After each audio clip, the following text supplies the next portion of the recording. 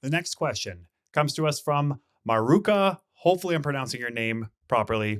And it's about how do I handle clients that waste your time in real estate? So the question is, how do I handle tricky clients? For example, those buyers who take a big chunk of my time, like way too much time. How do I tell him or her politely that we can't talk for 2 hours a day or that we can't take a whole weekend to visit 15 properties? So this is an interesting case, and there's a few things that we can do here, and it really depends on when we're starting the conversation. So the best approach here is handling this before the problem has come up. Now, I know that this isn't always realistic, and typically when we're looking at something like this, it's because it's currently going on. So we're going to look at what we can do to avoid this in the first place, and then what we can do if this has started, but hey, we can't go back to day one and talk to them about expectations. So if we're on day one, all of this will come down to expectations. And so what I do when I am dealing with buyers is I will sit down with them and I will tell them my working hours. And I will say, anytime we're dealing with an offer or we're dealing with something urgent, I am there, I am available. However, if it's more question related, I'll tend to handle those more so during, say, business hours or what your schedule may be. So by communicating this up front, they are going to have more of an understanding of how this communication process is going to work. Now, to the second part of the question around viewing 15 homes on a weekend, we can talk more about this and we will. However, one thing that I find works really, really well is when I'm sitting down to buyer presentation, is I let them know how many homes a buyer tends to look at. Now, I am very honest about this. I know some people will say, oh, typically after 4 or 5 showings. Realistically, I don't think most people buy after 4 or 5 showings. For me, it's kind of like 8 to 12 or so.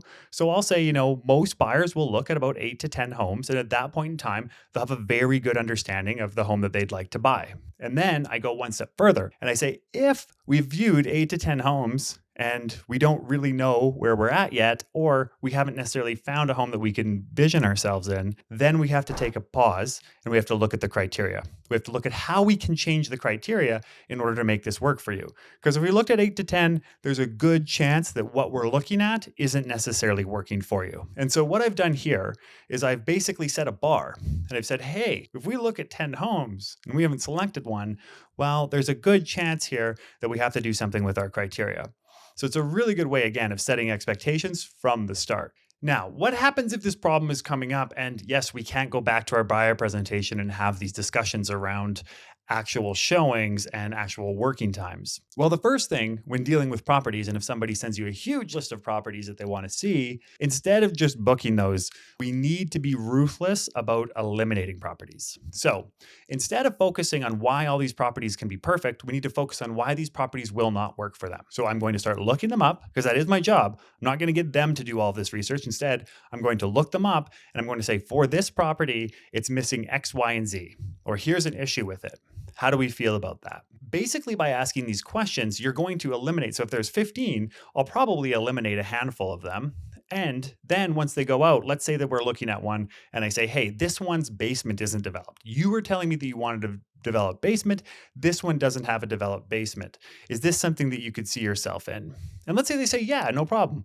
And then we go and look at it and they say, yeah, the basement's not going to work. Okay, well then now we have definitely set in that this is going to be the approach moving forward. We're going to only focus on homes with developed basements. So I really want to ruthlessly eliminate properties when they send me a lot of them. I want to tell them why these properties won't work. Now, you may be thinking to yourself, what happens if one of those properties could, in fact, work? Well, yes, there's potential that you're going to walk through the door and they're going to be blown away by one. But there's also the highest likelihood that they're not going to eliminate that one. So if I was to say, this one has an undeveloped basement, they say, no, I still really want to see it.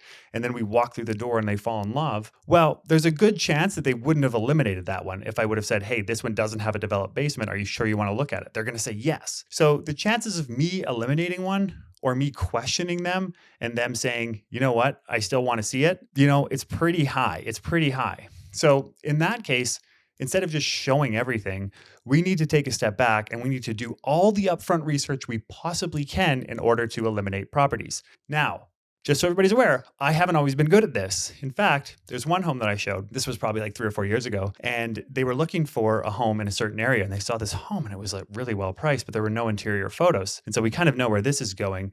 But I didn't actually research it that well in advance. we walked in the front door and the whole house had been burnt down. The whole house was burnt down. Like there was no interior to it. It all like went up in flames. It was all like charred. I don't even know if we should have been in there. And I kind of started to think myself, like, how did this get through? Well, it's because I didn't actually research it. These buyers sent me a handful of properties. I booked all the showings. I was like, oh, this one's priced quite well. But this is an example. Like that's a showing. Maybe took half an hour, 45 minutes that could have easily been removed if I just would have looked at the remarks that said this house burnt down. So there's a perfect example of this. Now, when it comes to these 2-hour conversations or long conversations in general, I've had clients that want to talk to me every single day, and ultimately that's just not doable.